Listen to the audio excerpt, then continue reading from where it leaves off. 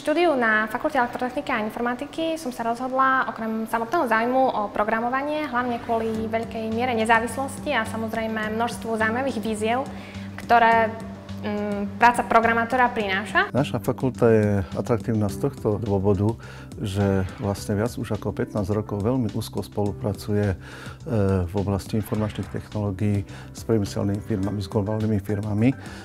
Hovorím o konkrétnej oblasti informačné technológie a sieťové technológie a pripravuje študentov na získanie medzinárodných priemyselných certifikátov. Tým vlastne sa stal koordinačným miestom prípravy sieťových odborníkov na Slovensku.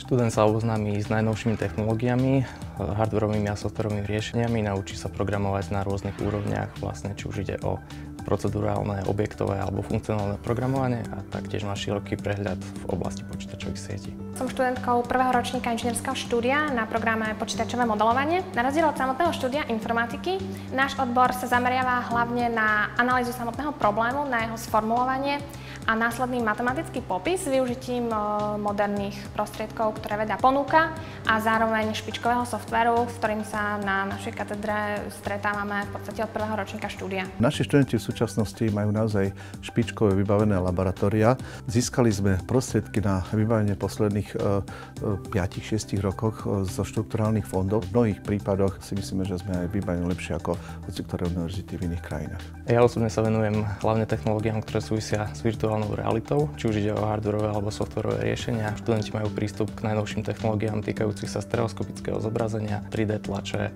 a taktiež snímania ľudského tela, ako napríklad dátové príľby, dátové rukavice a iné kontaktné senzory. V svojej diplomovej práci sa zaomerám výskumom funkcionálnych diferenciálnych rovníc a ich využitiu pri aplikácii v modelovaní dopravných tokov, kde je hlavným cieľom analyzovať reakčnú dobu vodičov a jej vplyv pri možnej kolízii v kolóne vozidel. Podstatná časť študentov na úrovni 4. a 5. ročníka spolupracuje s firmami a spolupracuje nielen z toho dôvodu, že sami chcú pracovať, ale firmy oni majú zájem o ich vedomosti, zručnosti, ktoré získali v priebehu štúdia. Jednoznačne praxujúci, ale aj absolventi teda vysokých škôl alebo čerství zamestnanci prinášajú svieži vietor, nové názory, častokrát aj nový pohľad na riešenie problémov. Samozrejme tým, že sú to mladí ľudia, tak ich väčšinou aj tá vybavenosť je na vysokej úrovni, keďže vyrastajú s najnovšími technológiami. Na našej práci ma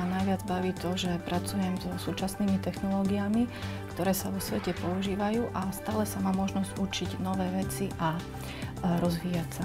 Už pred 2 rokmi sme v rámci riešenia projektu budovania univerzitného vedeckého parku Technikom vytvorili na Technickej univerzite tzv. Startup centrum TUKE, cieľom ktorého je vyhľadávať inovatívne nápady študentov. A máme celú radu úspešných startupov študentských, ktoré získali aj rôzne medzinárodné ocenenia. Členovia katedry sú veľmi uznávanými a špičkovými pracovníkmi v rôznych vedecko-výskumných aktivitách v spolupráci so špičkovými zahraničnými univerzitami a zároveň študentom v rámci ich záujmu ponúkajú možnosť participovať na takýchto projektoch a teda rozvíjať aj ich potenciálnu vedeckú budúcnosť.